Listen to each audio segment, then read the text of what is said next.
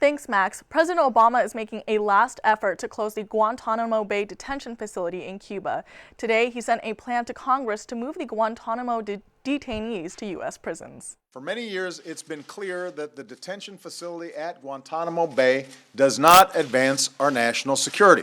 Keeping this facility open is contrary to our values. We're going to work with Congress to find a secure location in the United States to hold remaining detainees.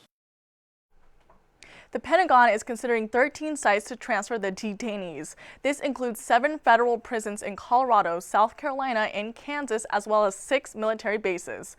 Obama says closing Guantanamo Bay will lower costs by $85 million a year, or nearly $2 billion in 20 years. But those who oppose the transfer fear the move will be a threat to national security. Some of our political candidates are now sort of seizing on the apprehensions of the American people to play this up in an election year, is leading most people in the country to think that even if they're not really in favor of Guantanamo, they're even less in favor of having these suspected terrorists detained in their backyard. In response to Obama's plan, Republican presidential candidates Ted Cruz and Marco Rubio publicly voiced their opposition.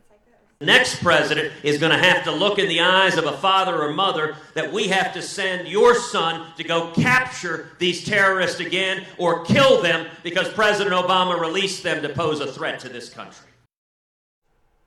Guantanamo Bay is infamously known for its interrogation practices, torture, and hunger strikes. Currently, there are 91 detainees. A few of them are awaiting trial by a military court, while others are cleared to be transferred, but remain on site, and over half of the detainees are still being evaluated.